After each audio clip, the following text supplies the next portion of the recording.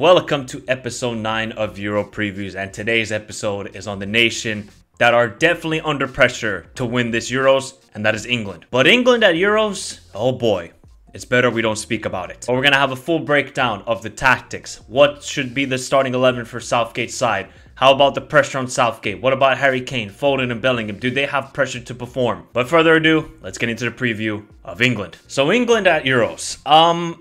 It is not peanut butter and jelly. It's more like peanut butter and Marmite. It is horrendous.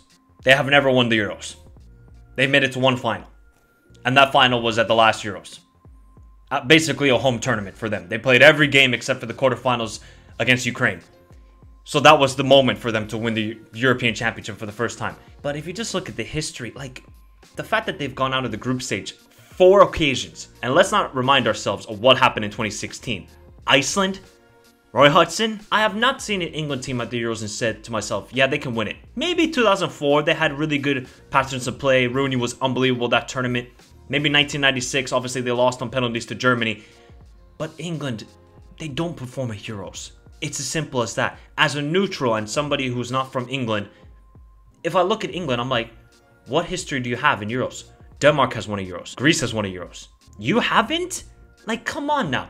It is now time that you speak so highly of this nation and England are one of the best international teams, right now especially. But you gotta have some history. You gotta show, when they go to the VIP club of international teams, Brazil, Germany, and Italy, they're already in the VIP club. They know the passwords, they got the gold card. England are with Greece. They're with Denmark. Like, England gotta show up and perform. And now is the time. There's none of this, oh, we don't have a talent. Oh, we don't have this. Oh, the field is too strong. No, there's no excuses. The time is now to perform. And judging by history, you would say, Michael, they won't perform. It's England. They're just bottle jobs. They're just the Tottenham of international football. Based on history, you could say that. Cool. I think now there is massive pressure. 2020 was like, okay, we have a lot of home games. Maybe we can make it to the final. We're very strong defensively. But I feel like they have gotten better, in my opinion. Based on talent, they have gotten better since that 2020. Calvin Phillips was in that midfield. Yeah, Calvin Phillips did well. Calvin Phillips is not starting for this team. We'll talk about the team soon and the lineup that I think they should go with. So England, their history in Euros is not great. But they can change it. Every team can change it. Every team can have this narrative about them. Like Bayer Leverkusen. The guys have never won. And then what did they do this season? Unbeaten. So I think England can change it. They can rewrite their history at a European Championship with this summer. Look, when it comes to these recent fixtures and results, I don't really look too much into qualifiers with England because they just seem to make it very easy for themselves since 2008 when they missed it. People need to understand with friendlies. Players are not motivated. They could care less. All they want to think about is going to Ibiza or Dubai and just chilling on a beach and think to themselves, oh, I don't have to stress about football. Let me just relax, man. Let me just go get a Rolex. Let me just enjoy myself. They could care less about friendlies. So if people are going to be like, yep, Southgate out after losing to Brazil 1-0. Yes, it must happen. Come on now. Let's be realistic here, people. Players don't care. Southgate was just trying out new players like Ollie Watkins and these guys. One thing I would say is, were they ultra dominant in every single game? Not really. You know, going away to Ukraine and North Macedonia drawing 1-1, that's not good. You're not having any home games at England this year, like compared to the last Euros. You're in Germany. And we know there's going to be a lot of Danish fans. There will be a lot of Serbian fans. There'll probably be a lot of Slovenian fans because it's their first Euros in a long time. So it's going to be a hostile environment for England. And England will, of course, have a lot of fans. So they got to make their voices heard. They got to be out there to support the team. And England got to feel, it's clearly evident to me that England feel very comfortable when the fans are behind them. When the players feel the confidence from the fans, that's when the players perform. But when there's all this pressure and all this talk about, oh, you guys are not good enough, this and that, then the players, they feel it too much and they don't perform. When it comes to these recent results, I'm not really reading too much into it compared to other teams. Because other teams, I'm like, you know what? I didn't really see something good there. For England, it's just like, hey, we keep doing it. We keep doing it. All we need to do is just qualify and we can just go into cruise control. And that's exactly what they did. But now let's get to some pressure cookers scenarios. And the first one is, of course, Gareth Southgate. I think Southgate gets a lot of heat for no reason. And this is from a neutral's perspective. He has brought England back to what they should be, consistently performing at the highest level. England before Southgate lost to Iceland, went out of the group stage of the 2014 World Cup. 2012, okay, they made it difficult for themselves in that group, and then they lost to Italy on penalties thanks to Pirlo's incredible Panenka. But England haven't performed in the 21st century until this man. Then this man came in and he said, cool, let's just build a team. It's about, okay, tactics go out of the way sometimes in international football. It's about having good camaraderie, good chemistry, and Southgate has brought that. Now, yes, can you criticize the guy for some tactics or being a little bit too defensive in moments? That last Euros, when they went 1-0 up so early on in the game, you have to get a second. You have to kill all the hopes and dreams of the Italian team once it gets to 2-0.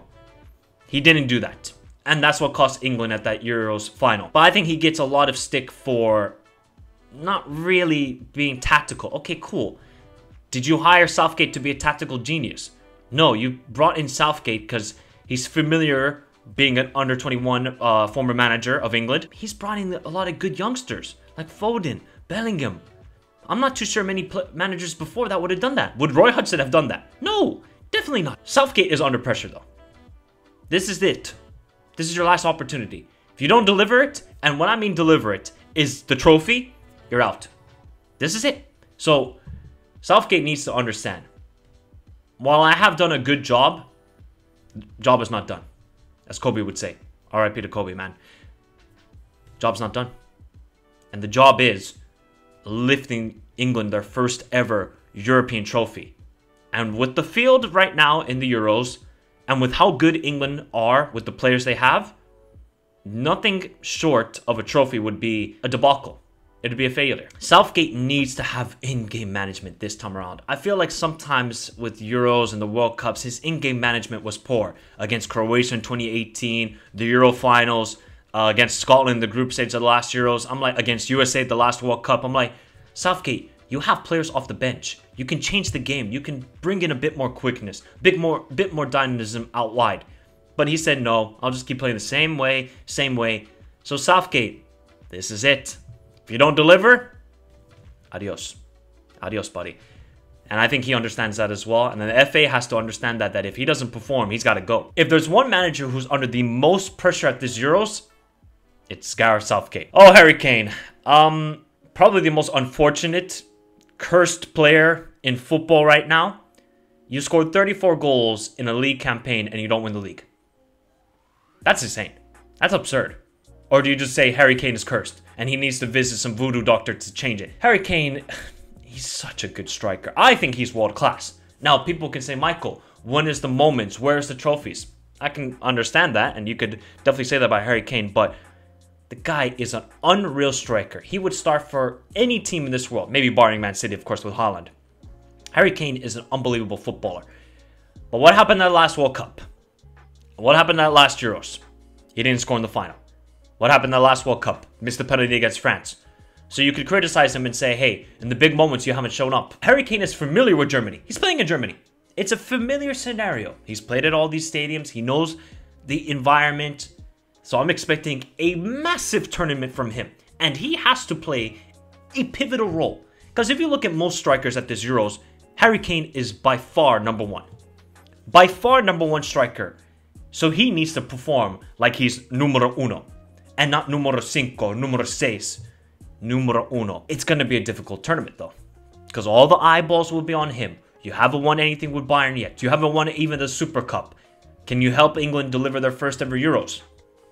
That's Harry Kane. As the captain, it is now time to deliver and bring it to England. Because I expect nothing else from this striker. For being such a world-class striker that he is, or in some people's eyes a world-class striker, I would expect world-class performances at the Euros. So is he under pressure? Oh, whew. If there's any player, it's Harry Kane.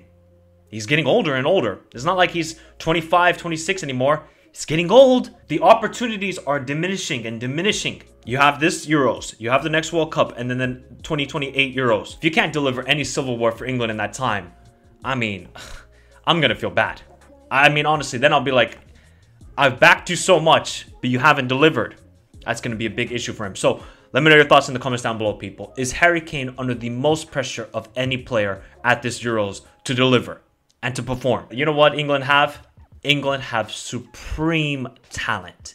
And the supreme talent of Jude Bellingham and Phil Foden. Bellingham, unreal first season with Real Madrid. Unreal. The goal scoring, the link-up play, the assists, everything about Bellingham. I just love him as a player. Yes, at times did he not deliver in the Champions League, like step up like a Vinicius? No, maybe he didn't. But we're not going to deny the talent that this kid has. At 20 years old, performing for Real Madrid. Do you know how difficult that is? All the tabloids in Madrid looking at every move you do. Bellingham has done wonderful for himself, and he has sort of indulged himself into Spanish culture, trying to learn the language. That's when you know a player is focused. And I expect the same thing at this Euros, because he is focused on delivering for England. And then Phil Foden this year has been unreal. He has been unstoppable at times with his play. The issue is, I think Foden's best position is the number 10 role. And where's Bellingham going to play? The number 10 role. So now we're going to talk about soon about lineups and tactics. Who do you start in that 10 role? Bellingham or Foden? Bellingham can't play out wide. Foden, yes, he could play out wide, but I just don't think we see the best of Foden. So it's going to be a very intriguing tournament for these two, because these two are the future for England. Bellingham had some good moments at the World Cup. Foden, he's shown up a couple times for England. Now, I want to see Foden every single game, performances that you do for Man City. Yes, you could say, Michael, he's managed by Gareth Southgate. How can he perform? Sometimes we see players, they say, especially in international football, F the tactics. I'm going to do it myself. Maybe Foden and Bellingham can do that, but no doubt these two are the future for England, and they are unreal footballers. I'm excited to see what they can do at this European Championship. Let's not doubt it. These two are very key for England. Stones and Maguire. Because if you look at the centre-back options, yes, you could say Mark Gahey and these sort of guys, but it's going to be Stones and Maguire. And they have been critical for Southgate. They've sort of built a good partnership with each other for England in the last couple of years. 2018, very good. 2020 Euros, again, very good. World Cup, again, I think they were pretty decent, especially Harry Maguire after all the criticism of Man United and to perform at the World Cup. And they're going to have to do it again. Maguire struggling with injuries this year. Stones always, you know, it seems he gets injured for a couple of weeks, then returns, and you just see the level of play he's at. If England want to go far, their defense has to show up once again, because they have elite attackers. They have a very good midfield. Defensively, that's where I have a lot of questions. They work well as a unit, but if they have a lapse in concentration, then they're screwed, because I don't trust their goalkeeper one bit in Pickford. Yes, Pickford is a good shot stopper. Harry Maguire and John Stones. I'm not, like, in the group stage, I expect him to win 2 out of those 3 games when I go to my predictions. But when it gets to the later stages of a quarterfinal and semi-final, you're going up against, you know, Spain or Portugal or France or Germany. Can these two be the rock-solid partnership to help England win this Euros? Now let's talk about the most fascinating thing with this England team, and what the heck will be the starting 11 for this national team. Let's start off with goalkeeper. It's going to be Pickford. Now, is Pickford the best goalkeeper at this Euros? Hell to the no. I don't trust the guy one bit, but Southgate has played him almost every single time, and I don't really see another goalkeeper sort of emerging into potentially starting, so it's going to be Pickford. 3 defenders I think are for certain. Kyle Walker, right back. John Stones and Maguire, 2 centre backs.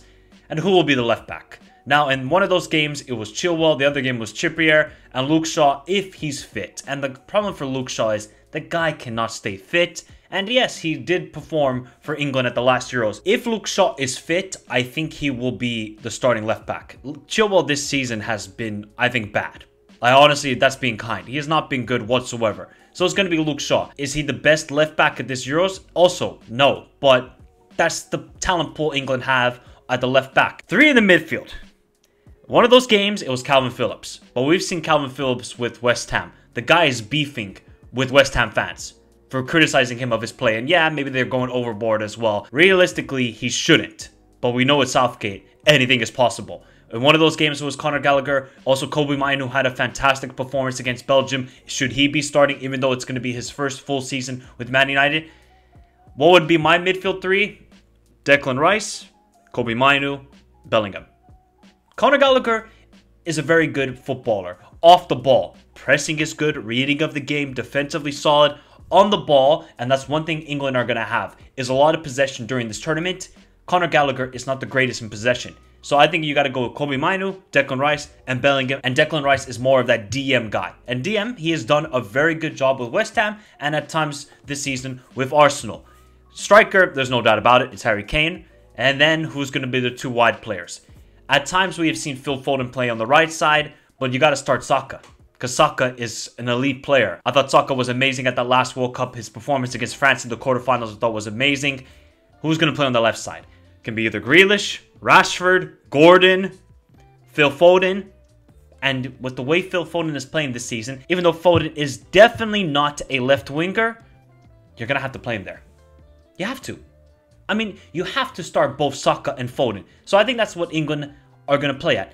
And tactically, you just don't know with Southgate. At times, it's going to be very good in possession. And at times, it's going to be like, oh, they don't have any creativity. Foden's not getting the ball enough. Bellingham's not getting the ball enough. What about Saka? Is he driving at defenders? Harry Kane seems like he's so isolated. And then it could be in the later stages, like a semi-final or final. And you're like, Southgate, stop being so defensive. Take the game to the opponent. So let me know your thoughts, people. What would be your starting 11 for England? Is my starting 11 pretty good? Is it a bit too liability in the midfield? Do you still stick with Luke Shaw at left back? There's so many questions when it comes to the starting 11. But one thing they have is supreme talent. There is so much talent on this England starting 11. A lot of these guys would walk into other national teams around the world, but they're all starting for England. So the pressure is on Gareth Southgate to find the starting 11, and we're going to see that in some friendlies as well, even though they're not playing the best of opponents, to see can Saka and Foden both play out wide, and how about Bellingham, and what key role will Bellingham have? But yeah, a lot of questions for the starting 11. Let me know your thoughts in the comments down below. What should be England's starting 11 for the Euros? And finally, my prediction for England. Now, this group is a cakewalk, even though I think they're going to draw one of these games. And that draw will probably be against Denmark, in all honesty. Other than that, they're going to top this group. They're going to have a somewhat easy opponent in the round of 16. But the real competition for England will start in the quarterfinals. I think, and I've actually said this for the past year, I think England are going to win this Euros. Yeah, me saying that. I think England are going to win this Euros. Michael, why would you say that? They have Southgate as manager. Their left side is not looking great. I don't know. I just feel something with this England team that Southgate is under all this pressure to perform with this team and they need to win. Maybe they're actually going to do it. Maybe this is just a crazy football year where we see Leverkusen and Dortmund making it to the Champions League final and Olympiacos maybe winning Conference League. This is a crazy year for football. And maybe that craziness can continue with England winning the Euros. Now, I'm not saying it's like a, oh my God, wow, England actually won a Euros. No, England are a top 2 favorites. It's them or France for top 2 favorites of the Euros. England have the most pressure at this European Championship. That's not even a debate. France have delivered. Portugal, yeah, we could say they're under pressure as well. Spain got a new generation. You could say Germany have pressure to deliver at home. What other team other than England at this Euros have the most pressure to perform for expectations? England, this is your best opportunity. You have elite players in the attack and the midfield. Defensively, you could say, they're not the greatest, but as a unit, they have worked well, and Kyle Walker is sort of a cheat code at right side. It is now time to piece it all together and shut up all the criticism we get in the English media and win this Euros. So yes, England are under the most pressure, and my prediction is, I think they're going to win this European Championship. Am I confident in the pick? Nope. Nope. Not one bit, because as I showed you, England in Euros, it doesn't go well. But hey, there's always change in life. Maybe that change in life is seeing England lift a trophy. Because most of us watching YouTube have never seen that happen. I mean, if you're around for 1966, please put a thumbs up in the comments down below. Will they deliver, people? Let me know your thoughts in the comments down below. Are England going to win this Euros? Are they going to lose another final? Is it a semi-final exit, a quarterfinal, a round of 16? So there we have it, people. The preview and prediction for England at this Euros. I think they're going to win the European Championship, but I want to hear your thoughts in the comments. And also, what should be the starting 11 for this England team? Remember to hit the like button, subscribe to the channel if you're new around here, as we have a lot of content coming for the Euros. And next up for the previews is Denmark. But have a beautiful day, stay safe in this crazy world, and until next time, adios.